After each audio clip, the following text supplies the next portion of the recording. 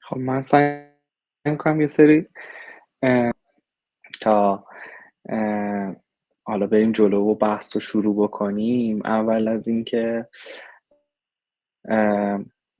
خیلی ممنونم از همگی که توی این وبینار ممنون از جناب صبحان که دعوت ما رو قبول کردن. من یه توضیح کوچیکی بخوام بدم راجع به سری وبینارهایی که داره شروع میشه. ما توی گروه دیرکشن سعی میکنیم که یه نگاه بی‌طرفانه و آنبایاس داشته باشیم به بحث مهاجرت و این سری وبینارها رو شروع کردیم تا به نوعی ببینیم آیا آسمان همه جا همین رنگیه که ما توی ایران میبینیم یا چه فرقایی داره، چیا ممکنه متفاوت باشه، چیا ممکنه شبیه کشور خودمون باشه و از یه زاویه متفاوتی بریم سراغ کسایی که تجربه زندگی و کار توی اون کشور رو دارن و از تجربیاتشون استفاده بکنیم.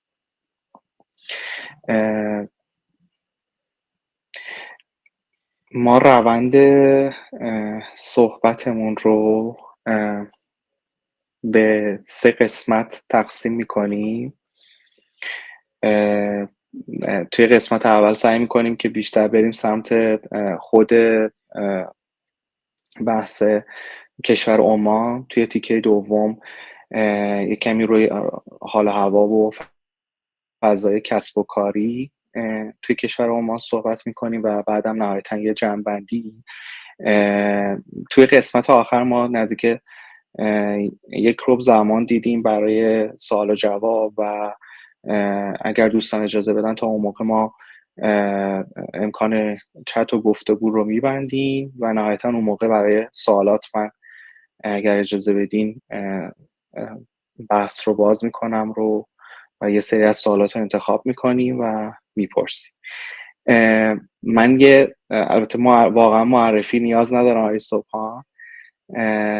یه معرفی بخوام بکنم، حالا جدا از تایتل هایی که میشه گفت، معمار، مدیر باشگاه کارآفرینی تیوان و من حداقل خود آقای صبحان چیزی که توی ذهنم میاد بعد از شنیدن اسمشون تاثیرگذاری و اثرگذاریه و از زمانی که من ایشون رو میشناسم هم خودم و هم که همه کسایی که باید کردم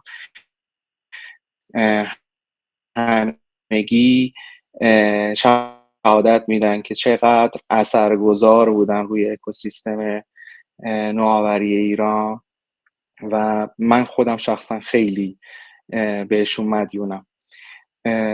الانم که قبول زحمت کردن توی این وبینار، ما سعی میکنیم که از صحبتشون استفاده بکنیم. خیلی ممنونم. مرسی بهرام جان، خیلی لطف داری به من، متشکرم ازت. خواهش میکنم. یک لحظه تا شما میگردی منم سلام عرض میکنم به همه دوستانی که آمدن و امیدوارم که اطلاعاتی که در مورد عمان قرار امروز ارائه بدم به دردتون بخوره و مفید باشه براتون. آقای صبحان، من سوال کلی رو بپرسم اول کار که عمان چه خبر؟ اصلا عمان چه جور کشوریه؟ یک کمی به ما بگین که حالا ما بیشتر به یک کمی اون آب و هوا و جغرافیایی که توی ذهنمونه میشناسیمش، اینو برامون بازش بکنین که شما چه مدلی دیدین عمان رو. عمان توی کشورهای GCC از نظر مساحت سومین کشور بزرگ منطقه است توی کشور حوزه خلیج فارس، ولی از نظر جمعیت خب جمعیت چندان زیادی نداره. تقریبا جمعیتش 5.5 میلیون نفره که حدود 3 میلیون نفرش عمانی هستن. طبیعت فوق‌العاده زیبایی رو داره. کلا به خصوص از نظر طبیعت خیلی فرق داره با بقیه کشورهای حوزه خلیج فارس. ما اون انتظار بیابون و علفی که معمولا توی امارات میبینیم یا از عربستان انتظار داریم یا کشورهای دیگه اینجا نیست. بیابون زیاد داره ولی خب فضاهای سرسبز هم زیاد داره، کشاورزی زیاد داره. قسمت‌های کوهستانی داره که واقعا تابستونا خنک، هواش خیلی خنکه، زمستونا واقعا سرد میشه و از این بابت خیلی متفاوته و به نوعی هم به همین دلیل خیلی مرکز خوبیه برای گردشگری. یعنی آدمای زیادی میان برای اینکه طبیعت عمان رو ببینن، نه الزاما بیان برای اینکه سفر کنن به مسقط.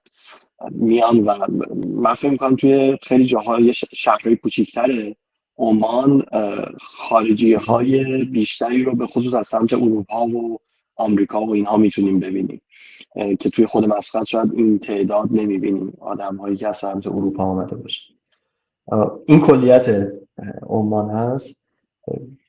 به لحاظ فرهنگی هم اگه بخوام بگم باز مردمش به نظرم خیلی تفاوتن با بقیه کشورهای حوزه خلیج فارس.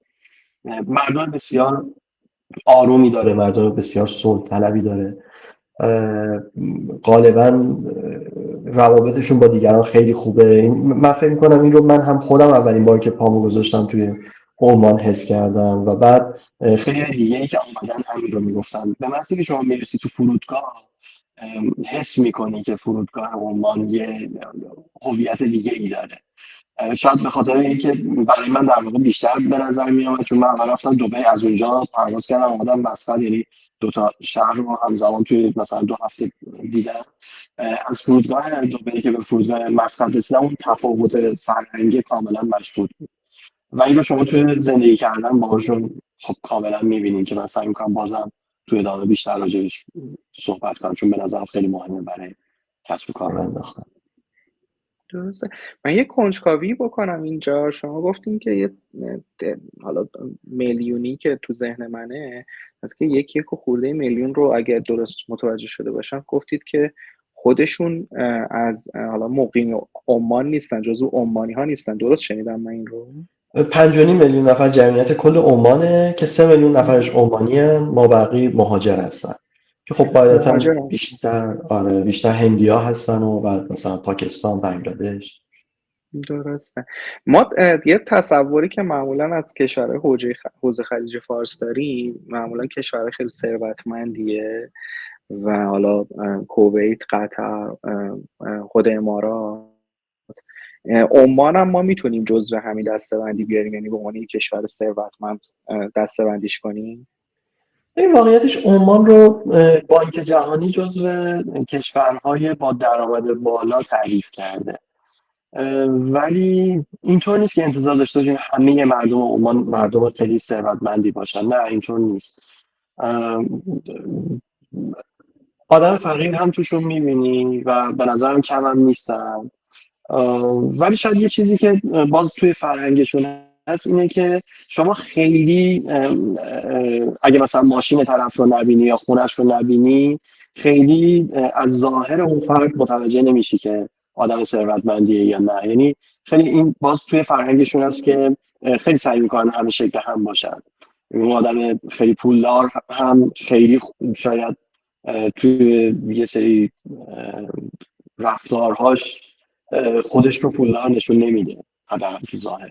چرا ماشینش مثلا ماشین خیلی گرون قیمتیه یا خونه های خیلی لوکس و بزرگی دارن ولی ظاهر کلیشون خیلی فرق نمیکنه. در کل من خیلی عمان رو کشور ثروتمندی حس نمی‌کنم. شاید اون تجملات و ثروتی که ما توی مثلا امارات می‌بینیم، مشخصا تو دبی می‌بینیم، توی مسقط مثلا نمی‌بینیم ظاهر رو. متوجهم. اینو فقط این که گفتید که توی ظاهر نشون نمیدن رو من به عنوان یه حسن دارم میبینم، یعنی بیشتر به عنوان حالت این که خودمونی هستن، خیلی خودشون رو شاید بالاتر از تو نشون نمیدن یا نمیبینن. درست میبینم این رو؟ آره حداقل میگم توی برخورد اولیه همینطوریه. یعنی خودشون هم خیلی یکی از شاید افتخارات خودشون، یکی از چیزایی که مطرح میکنن اینه که تعامل کردنشون با خارجی ها خیلی خوبه، تعامل کردنشون با آدم ها خیلی خوبه.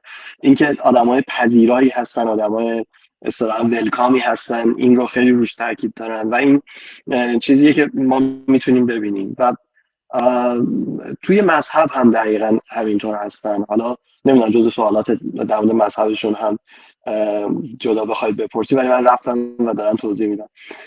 واقعیتش اینه که خب مذهب رسمی عمان اسلامه و سه تا در واقع دین رسمی در واقع اسلامه و سه تا مذهب مختلف اونجا هست.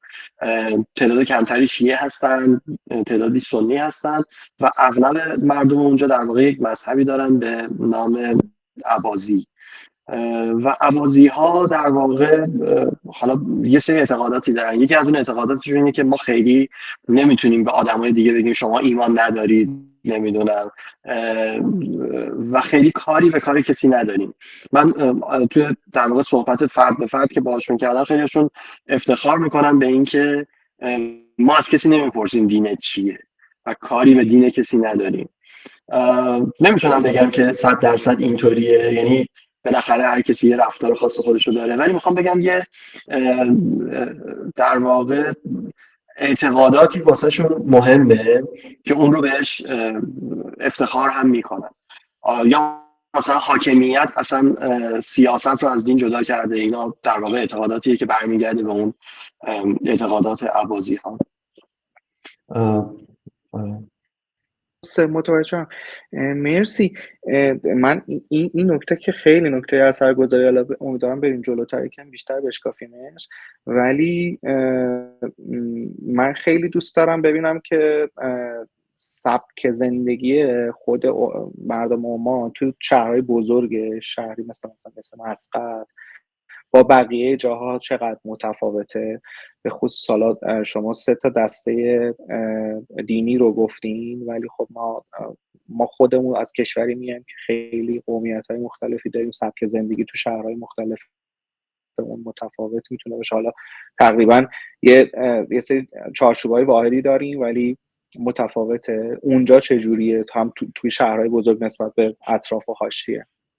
حالا در مورد قومیت‌های ایرانی‌ها گفتی، بگم که عمانی‌ها هم تقریبا سه تا نژاد مختلف هستن. یه سری عمانی‌هایی که از قدیم الایام در واقع توی عمان بودن، یه سری میشه گفت مردمی که از بلوچستان، بیشتر از بلوچستان ما یا پاکستان مهاجرت کردن و بلوچ هستن و معمولا هم فامیلیاشون بلوچی هست. و یه دسته هم زنگباری هستن، یعنی عمانی‌هایی که یه دوره‌ای مهاجرت کردن به زنگبار توی آفریقا و دوباره از اونجا برگشتن به عمان و خب یه کمی ظاهر متفاوتی هم دارن. ظاهرشون با آفریقایی‌ها بیشتر شبیه است. از نظر نژادی این سه تا نژاد بیشترین دسته‌های عمان هستن. از نظر تفریح و در واقع سرگرمی‌هاشون میتونم بگم که چیزی که من ازشون خیلی حس میکنم اینه که خیلی دوست دارن که یه جایی اتراق کنن. مثلا همشون احساس میکنی که یه صندلی مسافرتی پشت ماشینشون دارن و یه ذره هوا خوب میشه میبینی که همشون ریختن کنار دریا یا حتی وسط بیابون و اون صندلی ها رو پهن کردن و نشستن دور هم و دارن در واقع معاشرت میکنن. این یکی از چیزایی که خیلی توشون میبینی، این که مثلا برن کنار دریا بشینن یا وسط مثلا کویر بشینن و چادر بزنن. ولی خب قاعدتا خب تفریحات دیگه هم توی به خصوص خب مسقط وجود داره. نمیدونم همه جور شاید میشه گفت کالچری رو داره، ولی این دوره هم بودن اون و اینو مثلا باز این که میگم خیلی بین فقیر و ثروتمندشون چیز زیادی نمیبینی اینه که مثلا شاید کمپ کردنشون توی کنار دریا واسه ثروتمندا اینجوری باشه که یه میز شام مفصل میچینن، واسه اونایی که ساده ترن این که دوره هم یه چیز ساده تری دارن میخورن، ولی واقعا چیز خیلی خاصی بینشون اتفاق نمیافتاد. من شاهد نبودم. خیلی عالی، خیلی جالب. من اینو به حساب تجربه شخصی میپرسم. من یه سفری داشتم به سمت جنوب کشور، یه شهر کوچیکی رو دیدم به نام بندر کنگ که اکثرشون از حالا دریانوردهای خیلی قدیمی بینشون بود و خیلی به اونها افتخار میکردن، خیلی دوستشون داشتن، سلبریتشون میکردن. میخوام اینو یه کمی ببینم که توی عمان چه مدلیه. آیا به اون چون فکر کنم خود عمان خیلی احتمالا نزدیک باشه به این فرهنگ، میخوام اشتباه میکنم یا درسته، و اینکه یه همچین جامعه ای چه ارزشایی داره، چه خط قرمزایی داره و اصلا به چه چیزی افتخار میکنه. یکی از مورداشو گفتین که به اون مهاجر پذیریه خیلی داره افتخار میکنه، چیزای دیگه ای هم هست؟ خب یه سری در واقع شاخص‌های فرهنگی دارن، لباس مخصوص خودشون دارن، لباسشون هم حتی با کشورهای عربی دیگه متفاوته. یه سری در واقع سنت‌های خودشون رو دارن. کلا کشور، من معمولا دوستانی که دارن میان اگه قبل از اینکه بیان با هم صحبت کنن همیشه این هینت رو میدم، این در واقع تذکر میدم که حواستون باشه با اون ذهنیت دبی مثلا نیایید توی مسقط.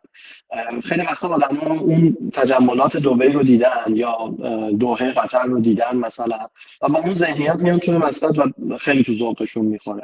واقعیت اینه که مسقط همیشه سعی کرده که اون هویت سنتی خودش رو نگه داره. شهر خیلی ساده‌ایه، مثل یه روستای خیلی بزرگ در مقابل دبی.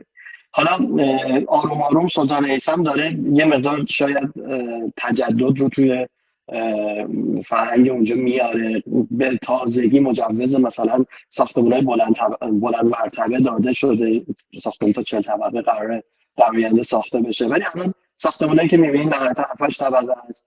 خیلی از قسمت‌های شهر صرفا سفیده و اگه با یه ذهنیت مثلا دبی وارد بشی خیلی تو ذوقت میخوره. اگر با یه ذهنیتی بیای که نه من قراره برم یه جای متفاوتی رو ببینم، به نظرم خیلی راحت‌تر میپذیری، چون بعدا میبینی که اوکی چقدر آرامش وجود داره، چقدر شما در واقع تنش نداری و اینا چیزایی که زندگی توی مسقط رو برات لذت بخش میکنه.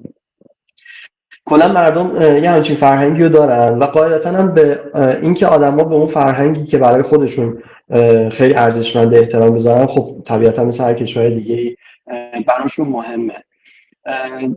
یه جاهایی معمولا اینطوریه که خیلی پوشش سختگیرانه نیست توی مسقط، ولی خب اونطوری هم نیست که بگیم آزاده مثلا استانبول هر کسی هر جوری میخواد میپوشه یا اروپا یا حتی دبی.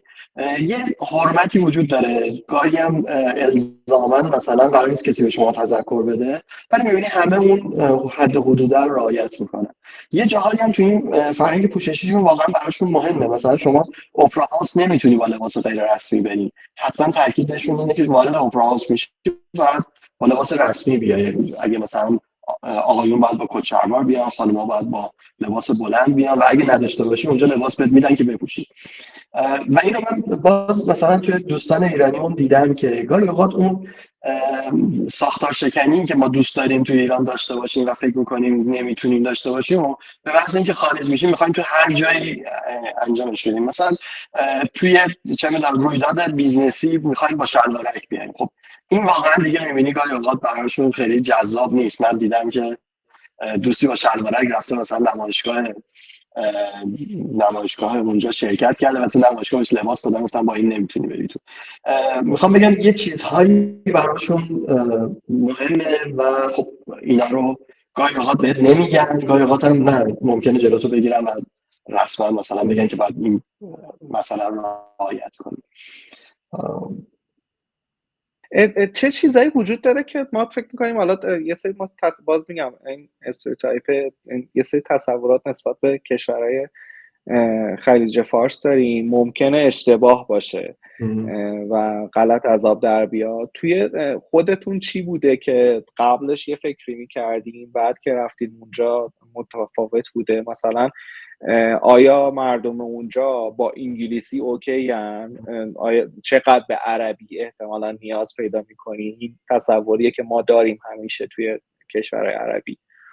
به این نکته خیلی مهمیه. راستش من فکر میکنم ما خیلی این تصور و ذهنیت رو داریم داریم که مثلا 30-40 ساله که این کشورها رشد کردن و حالا دارن یه کارایی میکنن و اینها، ولی من در واقع معاشرت با این دوستان این ذهنیت رو پیدا کردن که نه، حداقل تو تعامل کردن با آدم‌های خارجی در واقع اینا سابقه زیادی دارن. یعنی من مثلا دوستان هندی اونجا دارم میبینم که اصلا اونجا به دنیا آمدن و حالا 40-50 سالشونه و بیزنس‌های بزرگی رو دارن و اینا معلوم میشه که نسل چندم مهاجرت هستن. میخوام بگم عمانی‌ها عادت کردن که با مهاجرا کار کنن و اصلا فرهنگشون فرهنگ کار کردن با مهاجرات. حالا شاید به دلایل شاید خیلی از اینکه توی مسیر بودن برای رفت آمد. یه دفعه یه دوستی یه حرف خیلی جالبی رو به من زد، خیلی نمیتونم بگم از نظر علمی چقدر درسته، ولی به نظر من شهودی درست از آب در میاد. میگفت ما ایرانی‌ها خیلی فکر میکنیم که بیزنس بین‌المللی مثلا ما خیلی بهتر از اونا بلد بودیم و اینها، ولی واقعا اینطوریه که به نظر میاد کشورهای حوزه خلیج فارس، نه فقط عمانی‌ها، اینها تو مسیر بازرگانی بودن و اینا بلد بودن، از نسل در نسل کارشون بازرگانی بوده و اینا بازرگانی کردن از ما ایرانی‌ها احتمالاً به صورت ریشه‌ای خیلی بهتر بلدن. میگم به صورت شهودی من این حرف رو تایید میکنم، احساس میکنم که اونها تجربه خیلی بیشتری از نظر ژنشون دارن توی بیزنس کردن با خارجی ها و تجارت کردن. و از نظر زبان هم راستش رو بخوای من فکر میکنم غالبشون خیلی خوب انگلیسی حرف میزنن یا خیلی خوب به هر حال میتونن ارتباط برقرار کنن. ولی شما اگه وارد ادارات دولتی بشی، خب این نقطه ضعف وجود داره که گاهی اوقات با انگلیسی شاید نتونی با هم ارتباط برقرار کنی. مثلا تو تعامل با شهرداری یکی از چیزایی که من دیدم این که از هر 3 نفر 1 نفر انگلیسی بلد، یا اون کسی که مقام بالاتری داشت وقتی من می‌خواستم باهاش صحبت کنم معمولا یه کارمندش رو صدا می‌کرد، اون با من صحبت می‌کرد و بعد عربی ترجمه می‌کرد. توی تعاملات دولتی شاید خیلی جاها مجبوری عربی بلد باشی یا یه عرب زبانی همراهت باشه.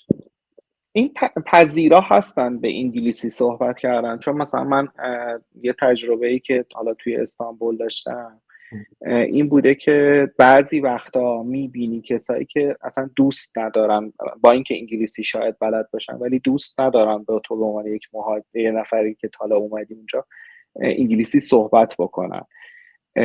این رو حالا ممکنه تصور منم البته یه چیزی بوده که توی قاب دیدم، ولی خیلی برام جالبه بدونم اونجا اوکی هستن به عنوان یه نفری که از خارج اومده با تو انگلیسی صحبت بکنن و اون عربی رو بذارن کنار با تو به عنوان آره قطعا عمانی‌ها واقعا اصلا اینطور نیستن. میگم اصلا توی ذات و فرهنگشونه که با خارجی‌ها کار کنن و ارتباط داشته باشن.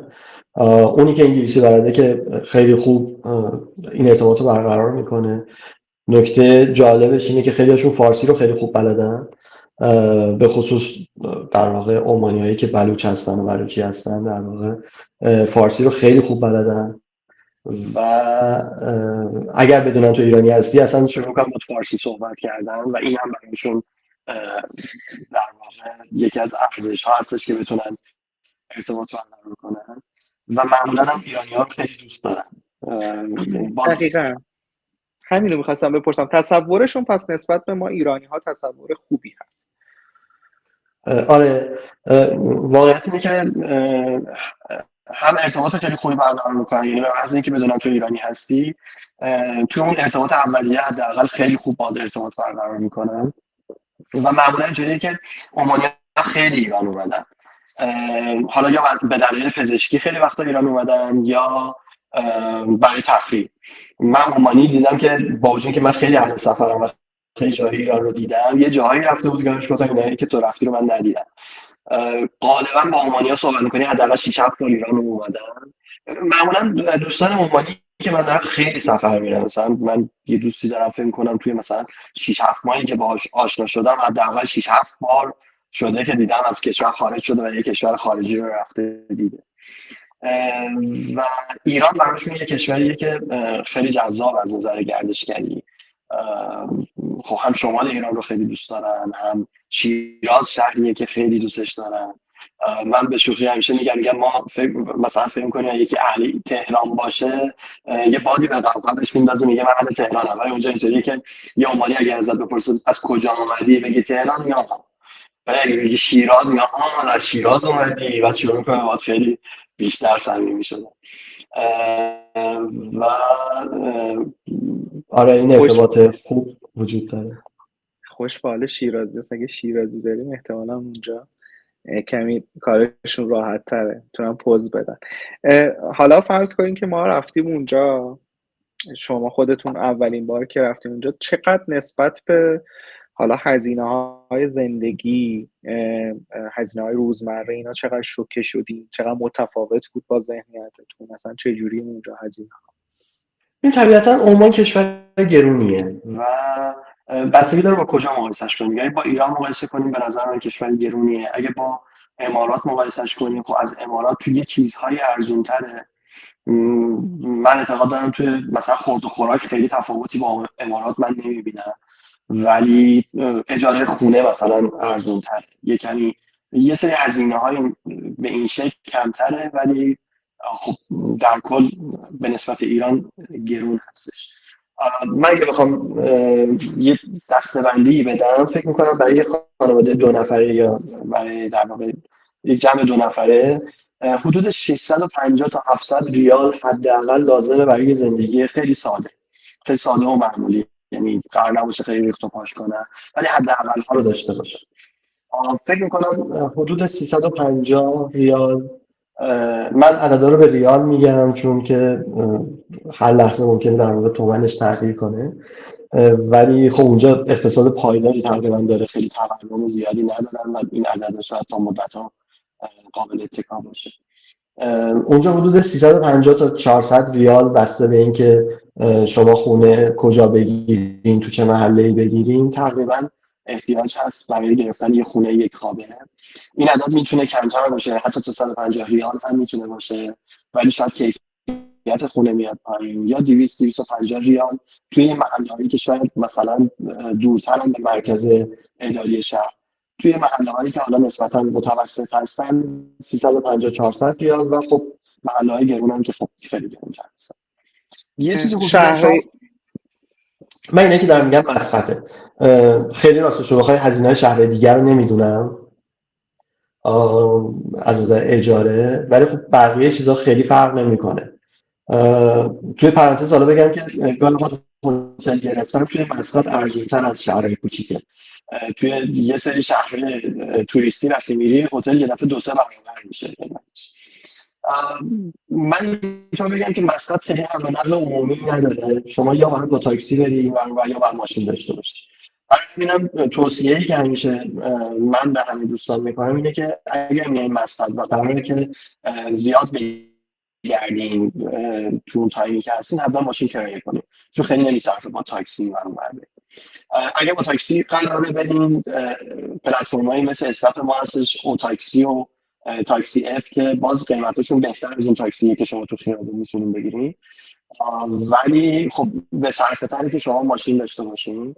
برای کرایه ماشین فکر میکنم تقریبا ماهی 150-200 ریال قاعدتا باید کرایه ماشین هزینهش بشه.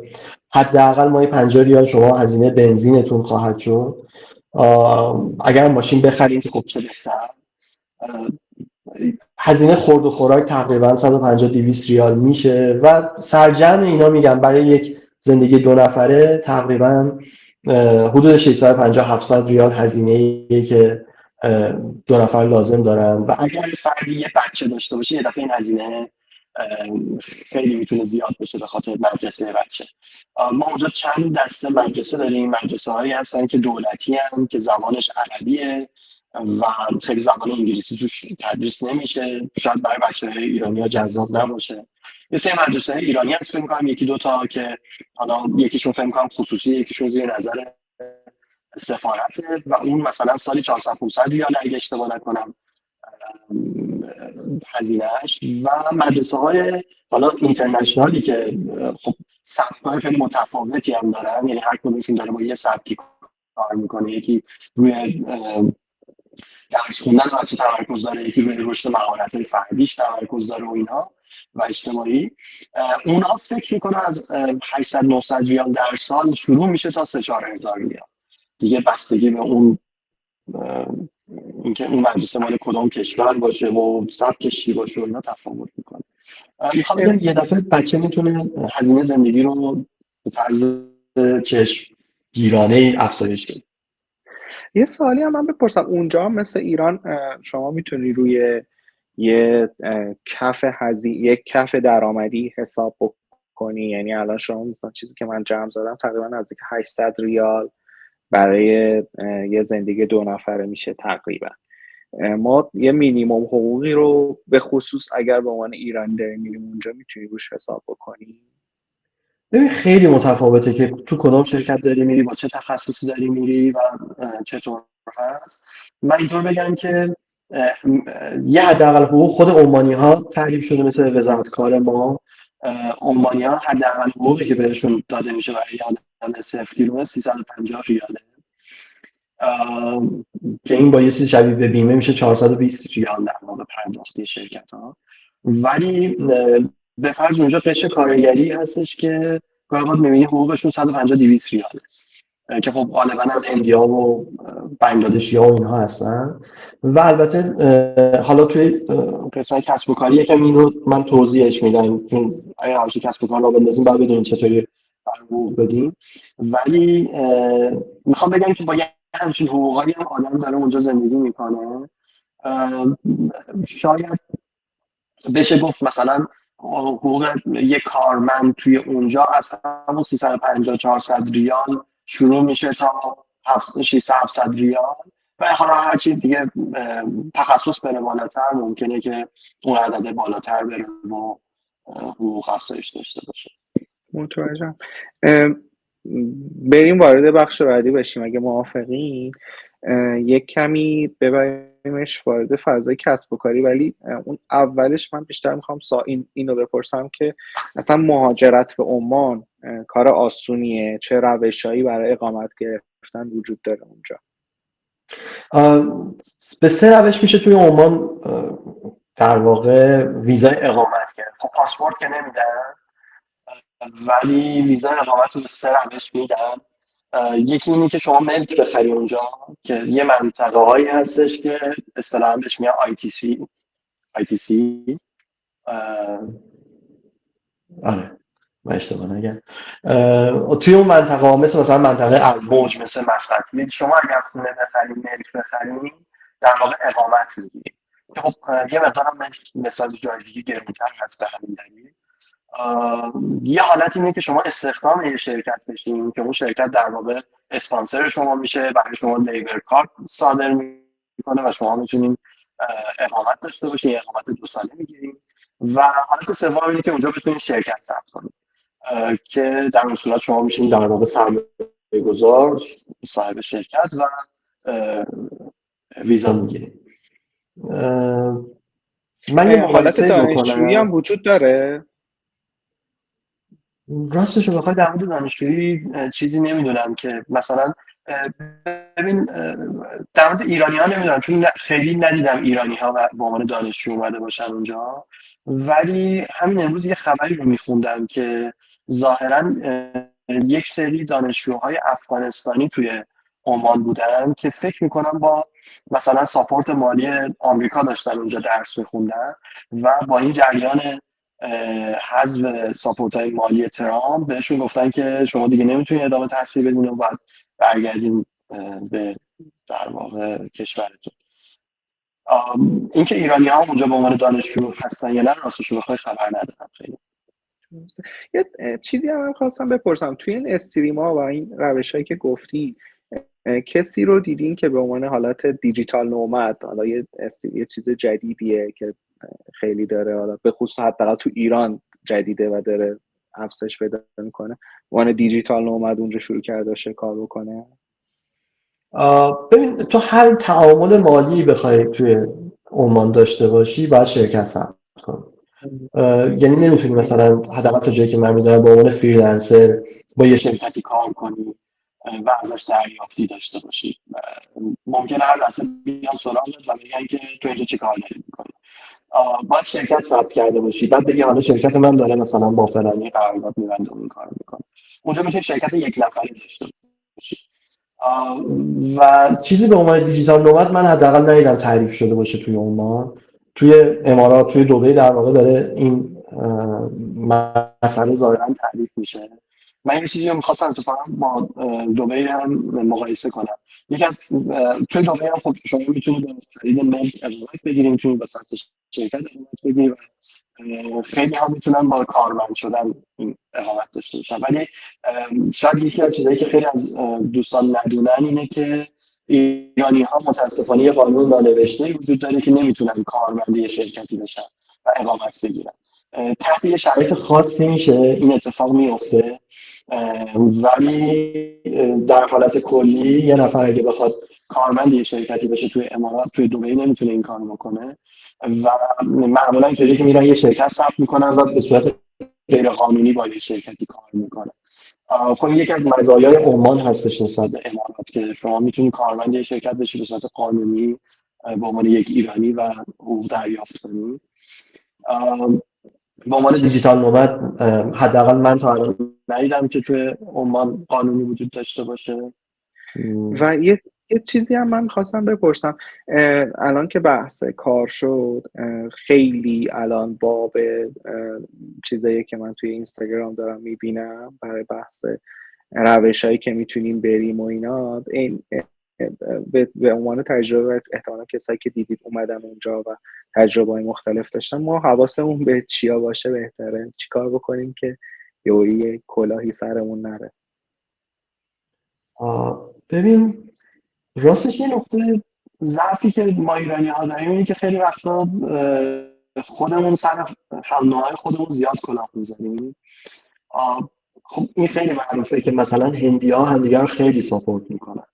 یعنی وقتی با یه هندی دوست میشی اون سعی میکنه مثلا توی کار دیگران هندی‌های دیگر رو بهت معرفی کنه. این قضیه ساپورت تو ما ایرانی‌ها خب متاسفانه نیست. خیلی وقتا میبینی که خب پیجای زیادی هستن که دارن در مورد عمان مثلا محتوا تولید میکنن، اطلاعات میدن، ولی خیلی وقتا میبینی این اطلاعات درستی نیست، گاهی اوقات فیکه. مثلا وعده هایی میدن که آره بیا سراغ ما، شما بخوای اینجا کسب و کار راه بندازی یا مثلا کارخونه بزنی 10 میلیون ریال مثلا نمیدونم وام میگیری، نمیدونم اینقدر چی میگیری، زمین مجانی بهت میدن. واقعیت اینه که این قوانین وجود داره ولی مثلا خیلی از این قوانین مال عمانی‌ها هست، مال ایرانی‌ها نیست و با این وعده هایی که خیلی از عزیزان میدن آدم‌ها رو گمراه میکنن، میکشونن و بعد میبینی که خب طرف سرمایه‌اش از بین رفت و خب متاسفانه کاری هم براش اتفاق نیفتاد.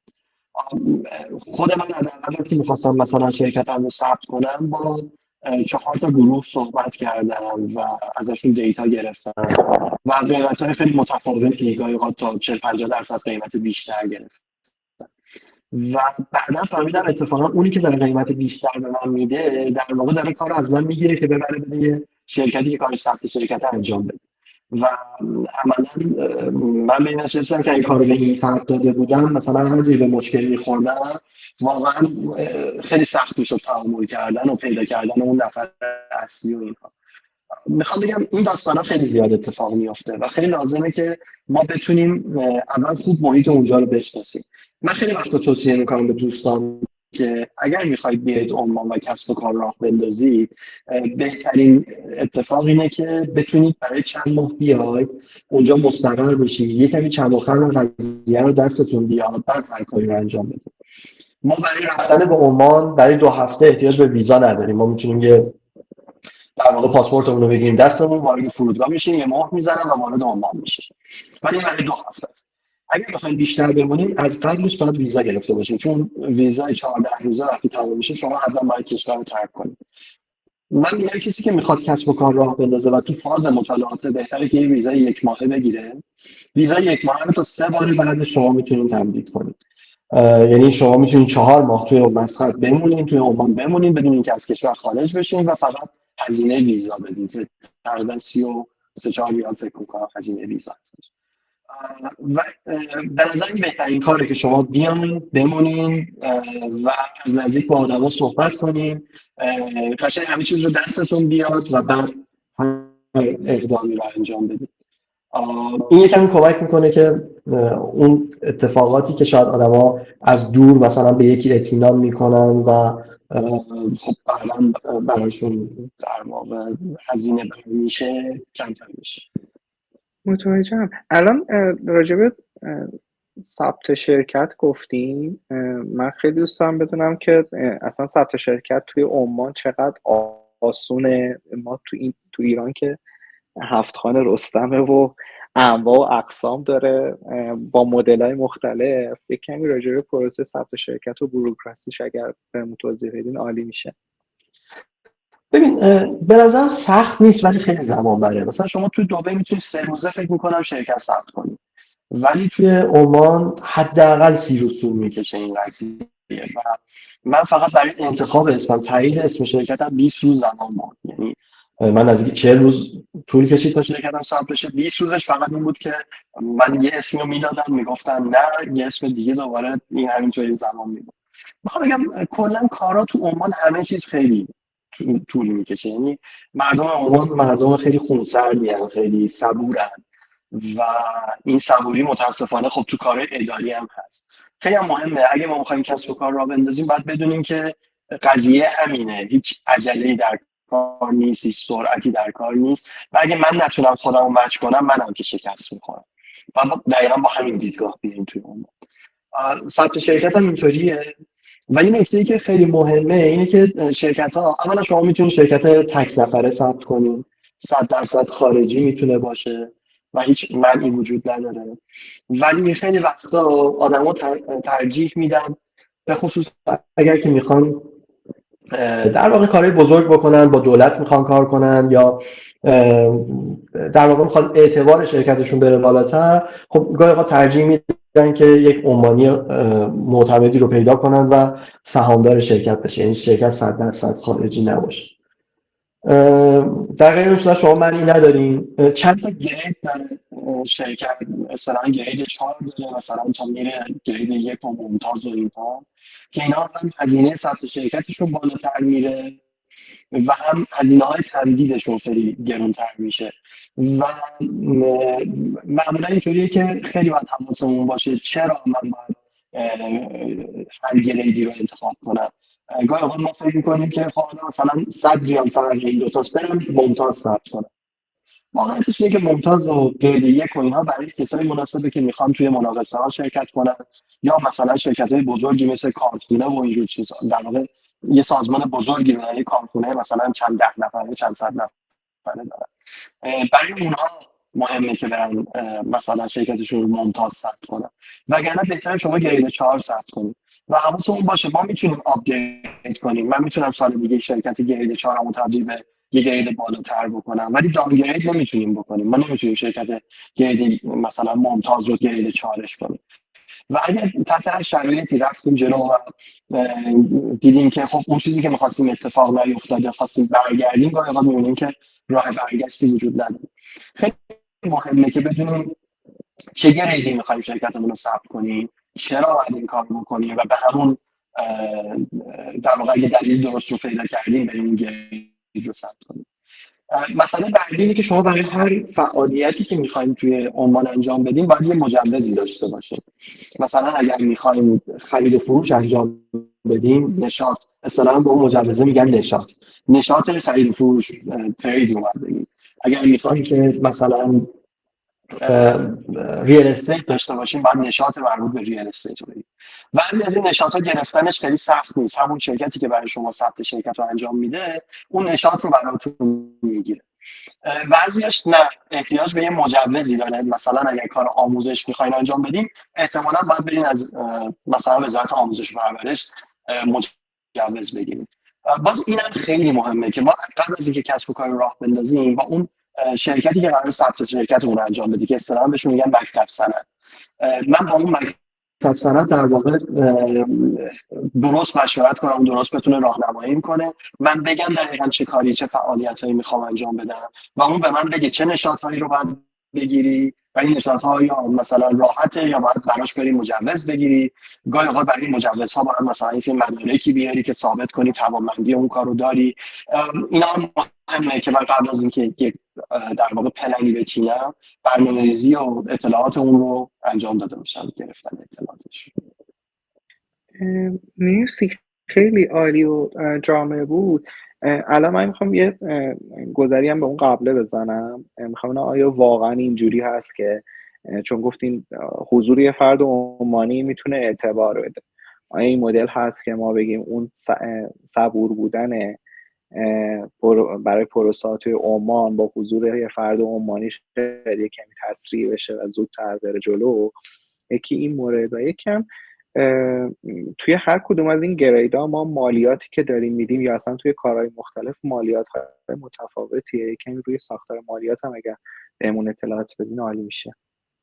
ببین حضور فرد عمانی گاهی اوقات اعتبار بهت میده. عمانی‌ها یه دوستی یه حرف خیلی قشنگ اون روزهای اولی که من وارد عمان شدم زدن، این که شما اگه بخواید بفروشی توی این کشور یا باید چشمابی باشی، مرحله دوم باید عمانی باشی و مرحله سوم کشورهای دیگه حالا ایرانی‌ها، هندی‌ها و این به نظرم خیلی دور از ذهن نیست. مثل همه جای خاورمیانه خب آدم‌ها اونجا برای چشمابی‌های اعتبار ویژه‌تری باز میکنن و خیلی کشورها اونجا خب اصلا رسما نفوذ خیلی خوبی رو دارن برای بیزنس کردن. و بعد مرحله بعدی عمانی بودنه، یعنی خیلی مهمه برای مردم اونجا که مثلا یه بیزنس عمانی باشه برن سراغش و مرحله بعدی میشه بقیه کشورها.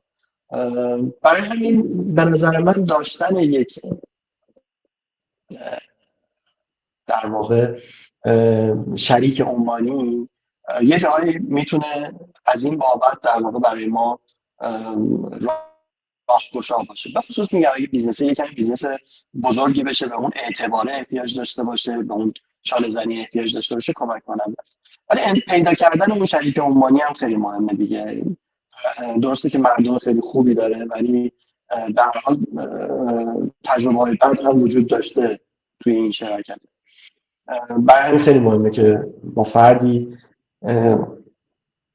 وارد معامله و همکاری و شراکت بشیم که بتونیم 100% بهش اعتماد کنیم. یه سوال دوم پرسیدی ببخشید. آره مالیات. راجع بحث مالیات، چون مالیات الان یه مالیات ارزش افزوده است که 5% که به هر تعاملش تعلق میگیره مثل ایران و این واقعیت اینه که فعلا 5% ممکنه در آینده نزدیک یا دور افزایش داشته باشه. و یه چیزی خیلی مهمه که ما در مورد عمان بدونیم، یکی از نقاط ضعف بیزنس توی عمان اینه که قوانین خیلی ناپایدارن اونجا و خیلی روزانه گاهی اوقات قوانین عوض میشه و این خب برای کسب و کار خیلی نکته مثبتی نیست و ما باید باز براش آماده باشیم. مثلا ممکنه ما الان هزینه هامون رو برای 5% مالیات ارزش افزوده حساب کرده باشیم یا محاسباتمون رو یا هر چیزی، بعد بیایم ببینیم که یه دفعه میشه این مالیات ارزش افزوده است. 15% مالیات بر سود وجود داره. اینم باز معمولا تو ایران هم ما 25% مالیات بر سود داریم ولی واقعیتش اینه که وقتی وارد کسب و کار میشیم میبینیم این مالیات بر درآمده، یعنی اداره مالیات معمولا سود و ضرر اینا خیلی حساب نمیکنه، هرچی درآمدی 25% رو ازت میگیره.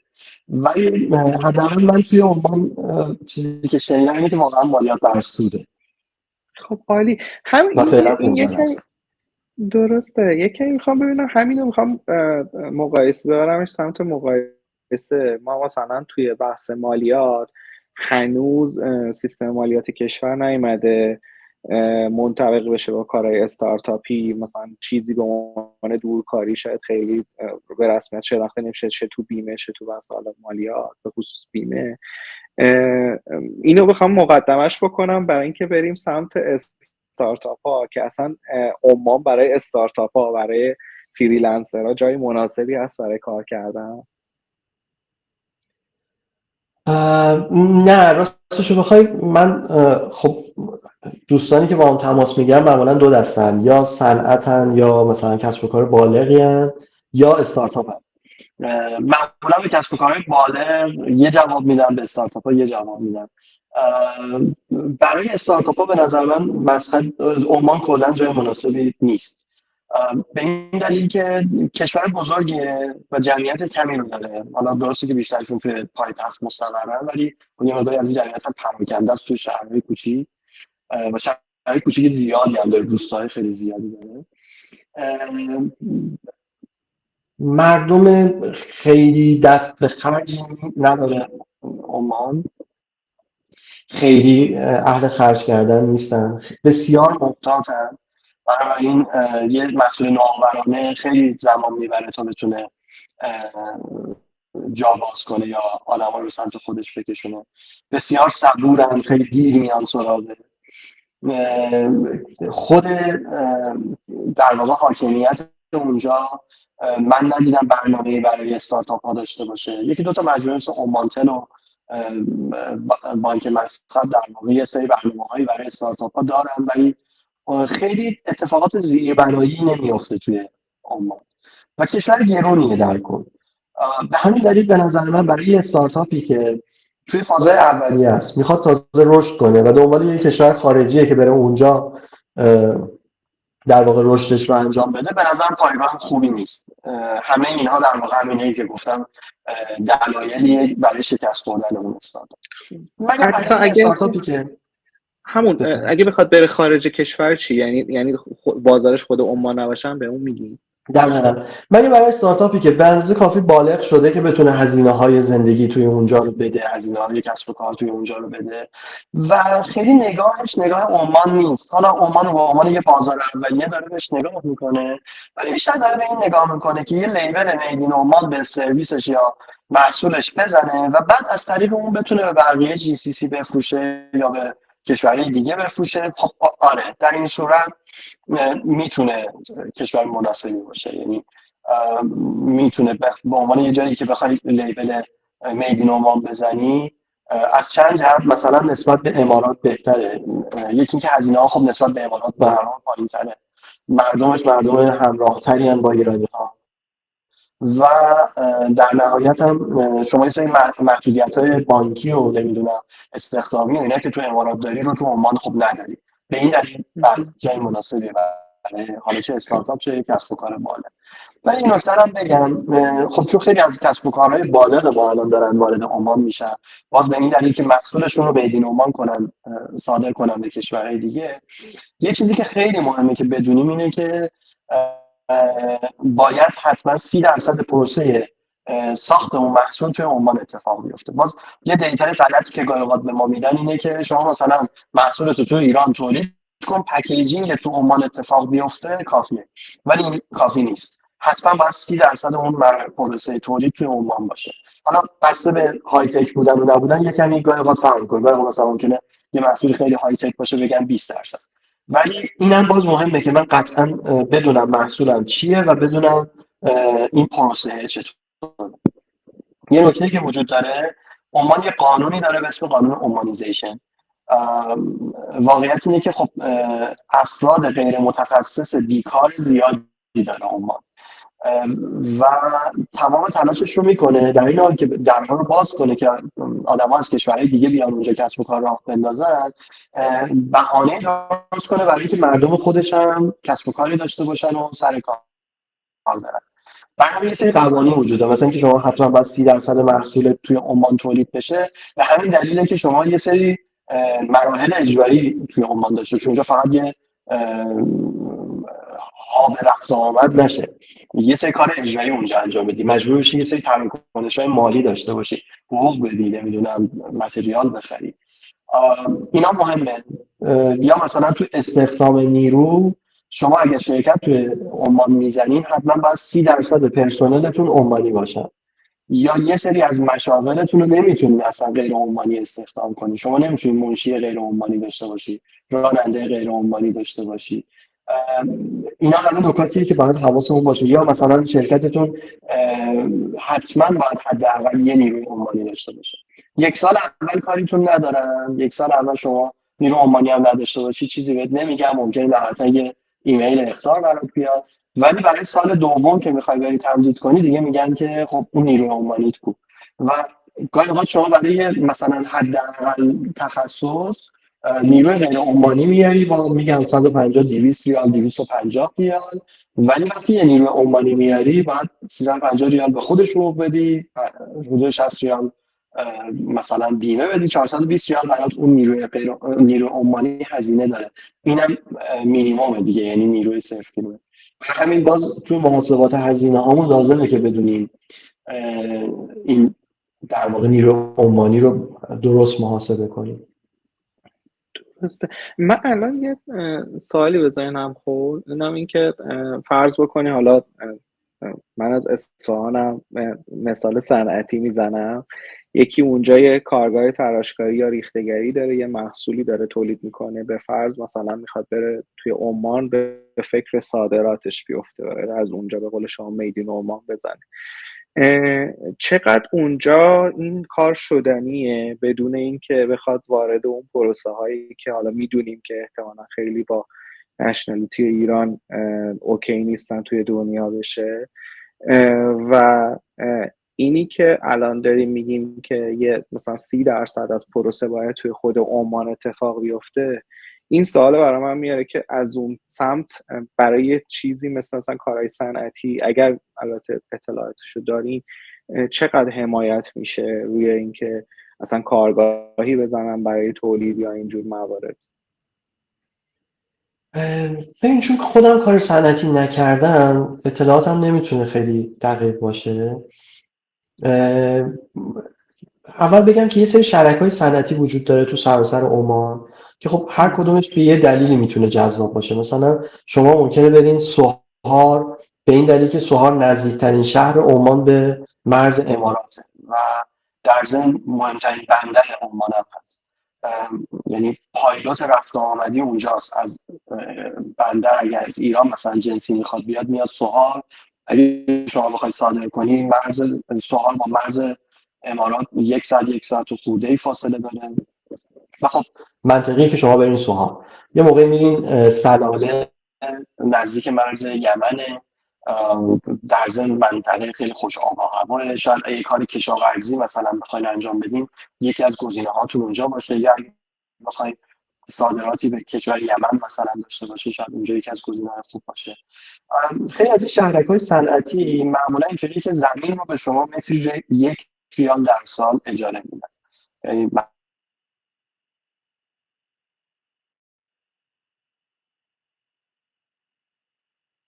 مثلا شما 10,000 متر زمین ممکنه اجاره کنین، ساخت و سازش اینها با شماست، معمولا امکانات رو بهتون میدن،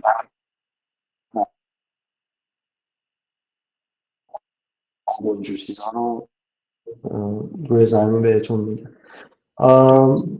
خب این امکانیه که برای کارگاه‌های بزرگ یا کارخونه‌ها و اینها وجود داره، ولی شما یه موقعی یه کارگاه کوچیک میخوای بزنی، حقیقتش من خیلی فکر نمی‌کنم امکانات خاصی برای خارجی ها وجود داشته باشه. یعنی اگه میخوای کارگاه بزنی باید بری یه سوله اجاره کنی، قیمتش کم نیست، پول آب و برقش گرونه، هزینه دستمزد کارگری زیاده، یه سری چیزهایی هست، باید ببینی تاش منفعت مالیش چقدره، حالا اگه میصرفه که خب بله جا. چیزی که ایران خیلی داره کار فناوری هم با اینجا هم با یک کشور میکنیم. ببین 5G حداقل توی شهر که در دسترس همه جا، توی جاده ها من سفری که رفتم معمولا اینترنت داشتم، ولی خب جایی هم بوده که اینترنت نداشته باشن. ولی واقعیت اینه که مثلا اتفاق افتاده که من جلسه با ایران داشته باشم اینترنت هم قطع شده، یا به مشکل خورده و آدم میگن چطوریه، خب اونجا هم که همین وضعه. یعنی میخوام بگم نقطه کور هم وجود داره توی شهر، یعنی گاهی اوقات یه مثلا نوسانی تو اینترنت هم وجود داره. این اتفاق شاید توی دبی خیلی کمتر میفته، یا استیبیلیتی و پایداری اینترنت توی دبی خیلی بالاتره. ولی من نمره خوبی میدم به وضعیت اینترنت توی عمان، حداقل از زاویه دید خودم. حالا من شاید خیلی مثلا کاری نداشتم که چه میدونم پینگ خیلی بالا برام مهم بوده باشه، شاید به این دلیل خیلی حساسیتی به خرج ندادم که بخوام دقیق بگم، ولی به عنوان یه یوزر معمولی من نمره نسبتا خوبی بهش میدم. مرسی متوجهم. یه نکته رو بگم، یه چیزی که شاید برای خیلیا بازم انتظارش رو ندارن، چه تو امارات چه تو عمان و کشورهای عربی غالبا ظاهرا اینطوریه، خیلی از پیام رسان ها فیلترن. یعنی شما مثلا با واتساپ نمیتونید تماس تلفنی بگیری، تلگرام توی عمان کلا فیلتره، توی امارات فقط تماسش فیلتره. اینا بیشتر دلیل سیاسی و اینا مثل دلایلی که تو ایران هست نیست. دلیلش در واقع نفوذ تامین کننده های شبکه ارتباطیه. اونها در واقع ظاهرا این نفوذ رو داشتن که برای اینکه مردم مجبور شدن از تلفن بیشتر استفاده کنن از موبایلشون، خب مثلا تماس خیلی از اینها رو قطع کردن. در کل هم پیام رسان خیلی معمول توی عمان واتساپه و یه عادتی هم مردم اینجا دارن اینه که مثلا اگه یه پیامی بهت بده واجب باشه و تو نبینی، یه زنگ همون موقع با واتساپ بهت میزنه و تو نمیتونی جواب بدی چون فیلتره، فقط زنگ میخوره، ولی متوجه میشی که حتما فلانی بهت پیام داده، میری پیامش رو سیو میکنی. اینا یه چیز معمولیه توش. چه نکته جالبی بود. پس یه بازار فیلتر شکنم توی عمان باز شد. نه اینجا حالا جالبش کنید که یک دو تا فیلتر شکن خیلی خوب کار میکنه. فیلتر شکنای رایگان هستش که معمولا جواب میده خیلی عالی. خب پس دیگه اون بازارم از بین رفت. بخوایم بریم سراغ یه جمع‌بندی کوچیکی داشته باشیم، البته اگر نکته‌ای توی دو تا تیکه قبلی، دو تا قسمت قبلی نداشتیم، من بیشتر میخوام ببرمش وارد این فضا بشیم که اصلا عمان برای چه کسی از نظر شما مناسبه. من حالا چند تا دسته‌بندی که توی ذهنم رو میگم. میتونه یه نفر کارآفرین باشه، حالا هم از جنس استارتاپیشو که تقریبا فهمیدیم مدلشو، هم میتونه یه نفر که بخواد شرکت خودشو گسترش بده، یعنی یه شرکت استابلیش شده داره تو ایران میخواد بیاد شعبه هاشو اونجا بزنه، یک دانشجویی که میخواد اونجا بره، و یه کارمند حوزه تکنولوژی مثل دیولپر، وب دیزاینر یا هر مدلی که معموله توی ایران. برای چه کسی به نظرتون این رفتن به عمان و تجربه کردنش، حالا با این پیش شرطایی که گفتیم که احتمالاً یه 3-4 ماهی بره اونجا رو ببینه و بگرده، بهتره و میتونه بهتر باشه؟ راستش من تصوری که دارم اینه که یه سری تخصص‌ها شاید میتونه کمک کننده باشه، مثلا تولید محتوا، کارهای هنری. مردم عمان خیلی هاشون به من اینطور گفتن، یعنی بحث هنر که میشه میگن شما ایرانی ها هر کدومتون یه دستی و آتش هنر داریم، یه هنری بلدیم و مثلا این براشون خیلی چیز به چشم میاد. و شاید واقعا من تا قبل از اینکه تو عمان اینو بشنوم خودم حس نمی‌کردم که با ایرانی ها چقدر برامون هنر مهمه. تازه اینجا در واقع توی عمان متوجه شدن که ما چرا به هنر داریم اهمیت میدیم. همونشون که مثل معمولیه دیگه. کارهای هنری به نظر من میتونه بازار داشته باشه، یعنی کاری مثل تولید محتوا، مثل فیلم برداری، عکاسی، نمیدونم. این البته میخوام بگم که اینا خیلی شهودیه دیگه، من خیلی راجعش تحقیق بازار نکردم. در واقع برنامه‌نویسی و دیولپرها و اینها خیلی نمیدونم. به هر جا کسب و کارهای مثل طلبات و اینها هستن که خب قاعدتاً به همچین تخصصهای احتیاج دارن، ولی خیلی ندیدم برخورد نداشتم باهاش که چقدر نیاز هست و چقدر لازم هست. ولی نکته‌ای که خیلی مهمه که بدونیم اینه که ما تو این حوزه ها، تو کلا هر کاری که می‌خوایم اونجا انجام بدیم، یه قشر رقیب خیلی بزرگ داریم که هندی‌ها هستن که راستش رو بخوای هم قیمتی مناسب ترن، هم خیلی بهتر از ما بیزنس رو بلدن و تعامل کردن رو بلدن. راستش ما گاهی اوقات خیلی راجع به خودمون زیادی مغروریم دیگه. یکم باید اینا رو بذاریم کنار. باید بدونیم که رقبامون هم از نظر قیمتی بهتر از ما، هم از نظر کسب و کاری بهتر از ما. و حالا این که من چه کار بتونم بکنم که بتونم با اونا رقابت کنم دیگه باید روش کار کنم.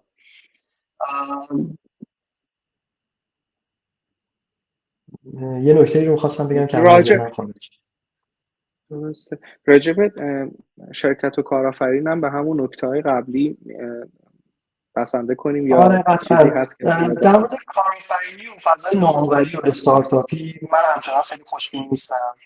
و من حالا قبل از اینکه با هم دیگه این برنامه رو داشته باشیم، باز با دوستانی که تجربه بیشتری دارن، برای من حدود 1 ساله که کلا اونجا هستم و هنوز معتقدم خیلی چیزا رو شاید من دقیق و عمیق نمیدونم، ولی با دوستانی که عمیق‌تر اونجا بودن و خیلی کار کردن راجع به این سری نکات ریچک کردم. مثلا یکی از دوستان گفتن من نظرم اینه که اونجا استارتاپ‌ها هیچ فضایی ندارن، تو بیشتر تو حوزه نوآوری سابقه داری. به من نظر تو اونم دقیقا همین تاکید می‌کنم. میخوام بگم که نه، من فضا رو برای استارتاپ ها مناسب نمیبینم. برای کسایی که علاقه‌مند هستن که یه محصولی رو داشته باشن که صادرش بکنن، به نظرم مناسبه. یه نکته‌ای وجود داره، مردم عمان خیلی خب یه همبستگی‌های خاصی رو دارن. مثلا بعد از قضیه فلسطین که سال گذشته اتفاق افتاد، خیلی از محصولات خارجی تحریم شد و تحریمه واقعا به چشم میاد. یعنی مثلا شما میرفتی تو استارباکس، به خصوص پارسال میدیدی اصلا هیچکی تو استارباکس ننشسته، اگر نشسته 100% عمانی نیست. یعنی توی مکدونالد مثلا عمانی نمیشه. حالا آروم آروم یه کمی فضای تغییر کرده، ولی پارسال دقیقا این به چشم میاد.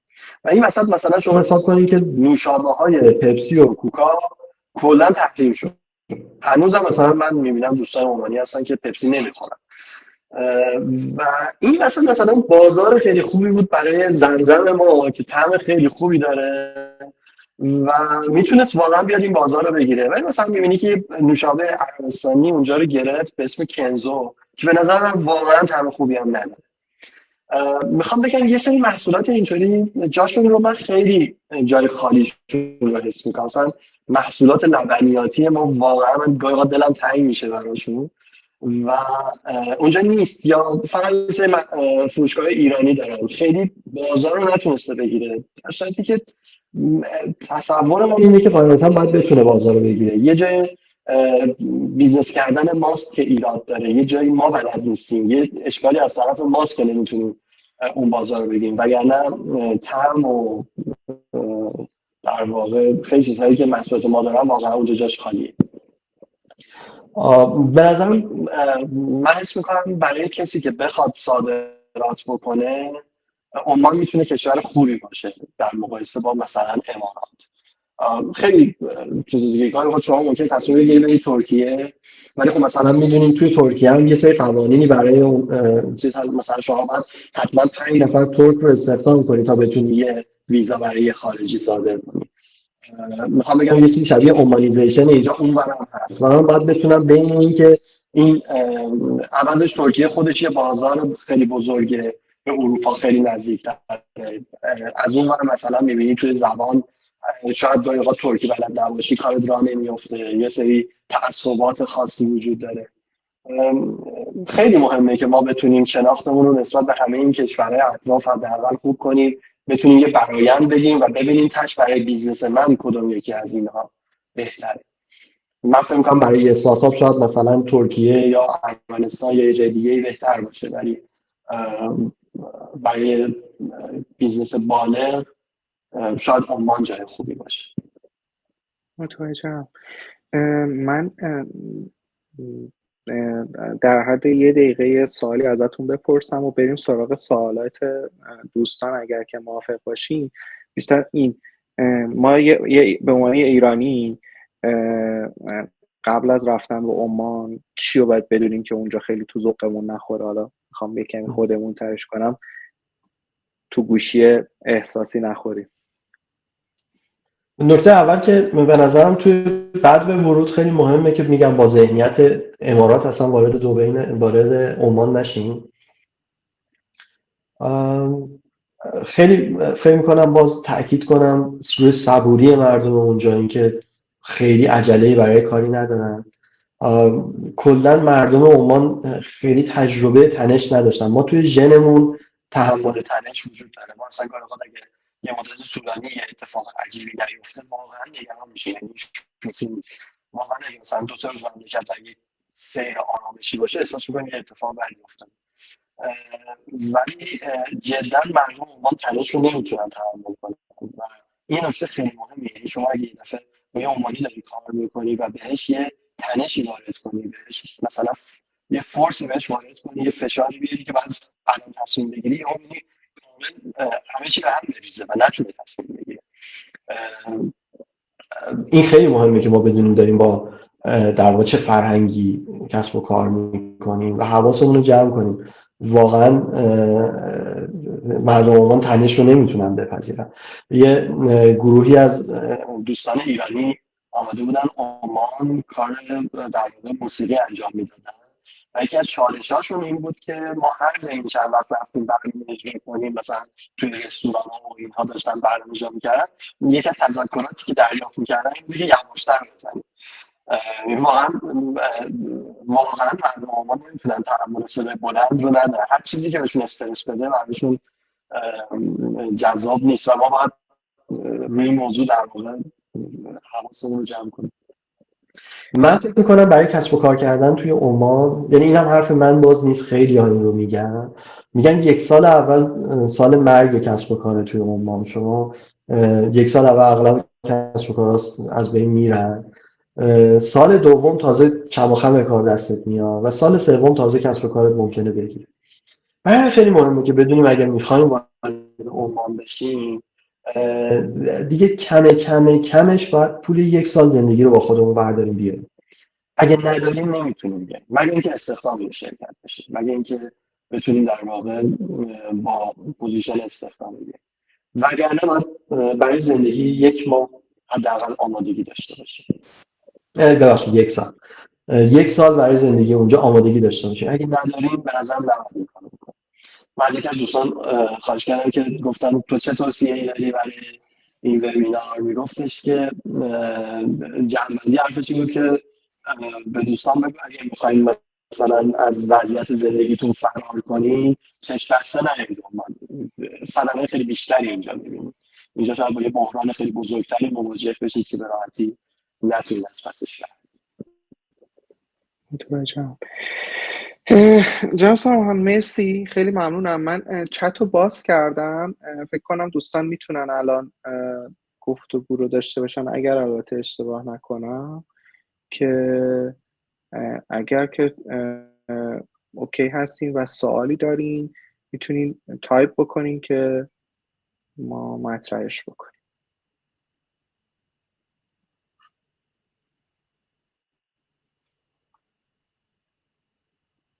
من تا دوستان تایپ میکنم.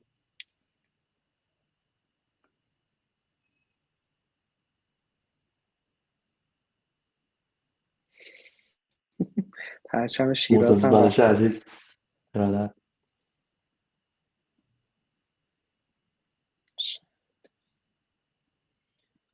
حالا من یه کمی توی تمرکز کردن روی این سوالا برهام جان خیلی تخصص در شما میتونید حتما سلام میدونی از من بپرسید. یه چیزی که گفتن اینه که برای تولید محتوا گفتن مناسبه، ولی اینجور که مشخصه کارمند استخدام نمی‌کنه. البته فرمودن که کارمند رو اتفاقا برعکس امارات اونجا استخدام دارن، برای آره چیزهای مختلف. آره دقیقا. ولی نکته اینه که شما میگم نمیتونین مثلا شرکت ثبت کنین بعد کارمند یه شرکت دیگه ای باشین، یا کارمند یه شرکت باشین به عنوان مثلا فریلنسر برین با یه شرکت دیگه قرارداد ببندین. سر اینا قوانین سختگیرانه داره، اگر ببینن هم شما رو جریمه میکنن هم اون شرکت. برای مثلا مجبور شرکت خودتون رو ثبت کنین بعد برین قرارداد ببندین کار، یا اینکه استخدام یه شرکتی بشین. متوجه. یه سوالم از جلوی چشم من رد شد در مورد کشاورزی. کلا کشاورزی. عمان کشوریه که کشاورزی توش اتفاق میفته و خیلی جاها اصلا واقعا باور نمیشه وقتی مثلا با ماشین داری میبینی کلی باغ و باغات میبینی و حتی فکر می‌کنم صادرات کشاورزی هم کم نداشته باشه. ولی حالا اینکه به عنوان مشاور کشاورزی چقدر نیاز باشه یا اصلا کارش چطور باشه خب خیلی اطلاعی ندارم، ولی میدونم کلا صنعت کشاورزی تو این کشور وجود داره. درسته. راجع به نگاه بالا به پایین هم پرسیدن، گفتن که حالا یه مثالی هم زدن که خیلی شیرین نیست، ولی آیا نگاه بالا به پایینی وجود داره نسبت به ایرانی ها اونجا؟ که البته من از صحبتاتون خاطرمه که خیلی انگار ایرانی ها رو دوست هم دارن. آره در کل دو تا مسئله است دیگه. روابط اجتماعیشون ایرانی ها رو خیلی دوست دارن. توی روابط کاری کلا یه کمی فرهنگشون به سمت فرهنگ هندیا میزنه. شما تو اگه با هندیا کار کنی متوجه میشین که یه جورایی باس اصلا حکم خدا رو داره، یعنی خیلیشون جرئت نمیکنن به باس بگن مثلا اون نظری که دادی فلان جا ممکنه یه درصدی اشتباه باشه میخوای دوباره بهش فکر کن. فرهنگ هندیا عجیب غریبه و اون رئیس هم اصلا نمیپذیره که یه کارمندش حتی ازش مثلا در مورد حرفی که میزنه سوال کنه.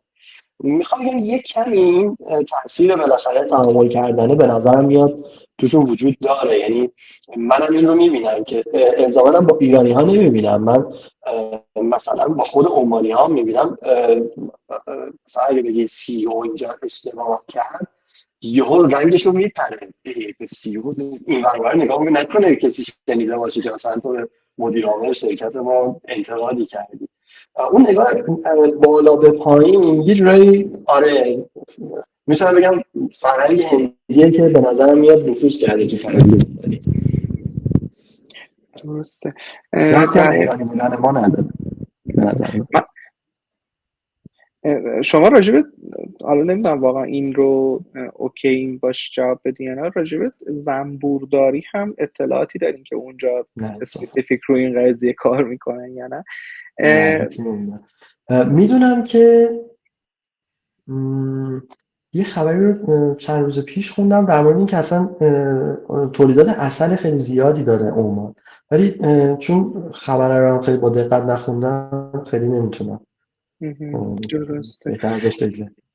یکی از دوستان گفتن که من فریلنسرم، اروپا و آمریکا کار میکنم، مشکل حساب بانکی ندارم. با توجه به این موضوع گفتن که ثبت شرکت یک نفره رو که فرمودین، آیا میشه شرکت رو ثبت کرد و کد مالیاتی گرفت و بعد حساب بانکی گرفت و بعدش توی خود عمان حضور نداشت و کار کرد؟ یعنی بیشتر فکر کنم این حضور نداشت. در واقع دو سه تا نکته که من فراموش کرده بودم بگم و نکات مهمیه رو الان مجبورم که بگم با این سوال. چقدر خوب شد که پرسیدم. یکی این که عمان به تازگی داره یه سری قوانینی میذاره که شرکت‌های کاغذی رو تا جای ممکن جلوشو بگیره. مثلا یکی از قوانینی که 5-6 ماه پیش گذاشتن اینه که حساب شرکتی فرد اگر که 3 ماه کار نکنه حسابشو میبندن.